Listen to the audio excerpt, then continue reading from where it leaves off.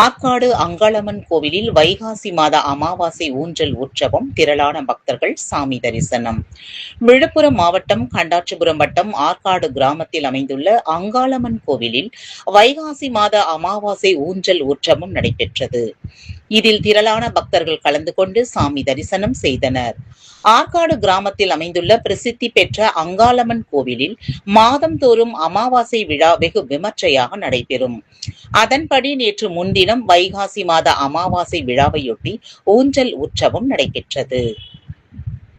இதனை முன்னிட்டு அதிகாலையில் கோவில் நடை திறக்கப்பட்டு கருவறையில் உள்ள அம்மனுக்கும் சிவபெருமானுக்கும் பால், தயிர், சந்தனம், மஞ்சள், குங்குமம், விபூதி, இளநீர், பஞ்சமிர்தம், தேன், பன்னீர் உள்ளிட்ட பல்வேறு வகையான வாசனை திரவிய பொருட்களால் அபிஷேகம் செய்யப்பட்டு சாமிக்கு தங்க கவசம் அணிவிக்கப்பட்டது.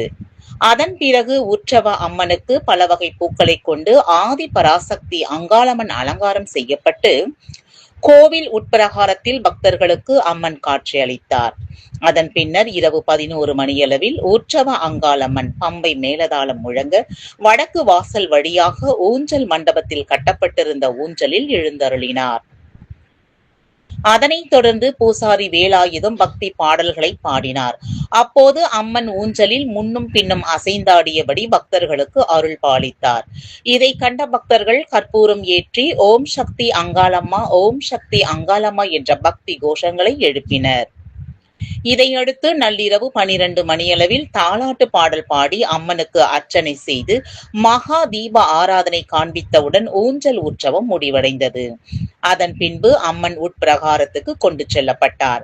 வைகாசி மாத அமாவாசை என்பதால் திரளான பக்தர்கள், சுற்று வட்டார பகுதியிலிருந்து பக்தர்கள் மற்றும் பெரும் திரளான பக்தர்கள் கலந்து கொண்டு அம்மனை தரிசனம் செய்தனர். கலந்து கொண்ட பக்தர்கள் அனைவருக்கும் அன்னதானம் வழங்கப்பட்டது. அமாவாசை ஊஞ்சல் விழாவிற்கான ஏற்பாடுகளை சாமியார் ஏவிஎம் வேலாயுதம் மற்றும் கிராம பொதுமக்கள் செய்திருந்தனர். விழுப்புரம் மாவட்ட செய்தியாளர் ஆ. தண்டபாணி, மாம்பழப்பட்டு.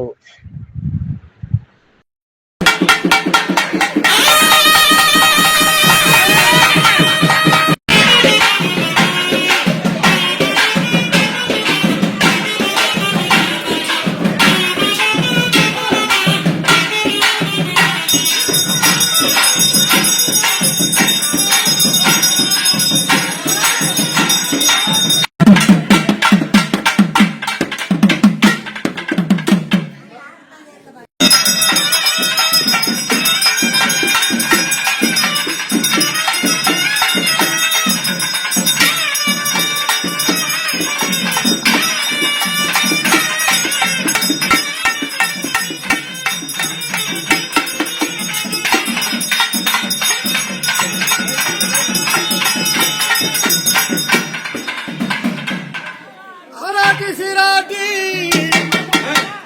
தாயவனாராட்டி சிராட்டி அழகிரால பூட்டி வந்து என்னோட பாராட்டி நான் நினைக்கிறம்மா.